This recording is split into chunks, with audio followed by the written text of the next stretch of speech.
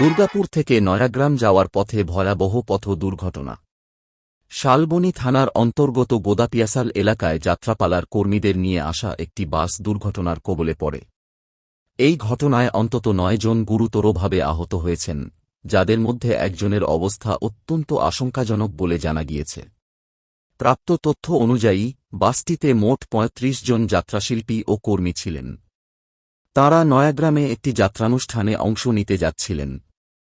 ভোরের দিকে ঘন কুয়াশার কারণে দৃশ্যমানতা কম থাকায় নিয়ন্ত্রণ হারিয়ে রাস্তার ধারে থাকা একটি গাছে সজোরে ধাক্কা মারে বাসটি।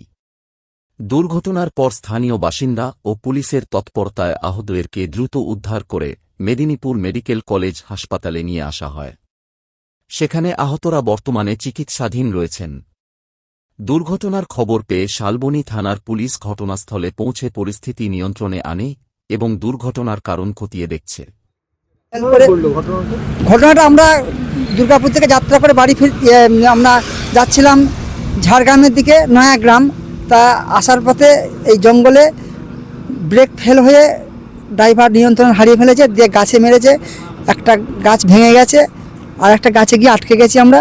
অনেকেরই ক্ষতি হয়েছে, লেগেছে, পা ভেঙে গেছে আমাদের সাজঘরের মোনাদার এবং অনেক শিল্পীর প্রত্যেকেরই কম বেশি লেগেছে। ড্রাইভারের কিছু হয়নি। ড্রাইভারের সামনে একটা আমাদের রাঁধুনি থাকে, তার খুব মুখে চোখ কেটে গেছে। হ্যাঁ, তার স্থানীয় প্রশাসন আমাদেরকে খুব হেল্প করেছে এবং স্থানীয় যারা পথচারী যাচ্ছিলেন তারা খুব হেল্প করেছে, আমাদেরকে খুব বাঁচিয়েছে। প্রশাসনকে আমি ধন্যবাদ জানাই। সম্ভবত শালবনী থানা হবে, শালবনী থানার প্রশাসনকে আমি ধন্যবাদ জানাই সিভিক পুলিশকে। ওনারা আমাদের খুব হেল্প করেছেন, আমাদের যত সম্ভব বাঁচিয়েছেন আমাদেরকে ওনারা। হ্যাঁ, আর হাসপাতালে আমাদের সব শিল্পীরা আছে। কিরম আছে আমি এখানে খবর পাচ্ছি না, বুঝতে পারছি না।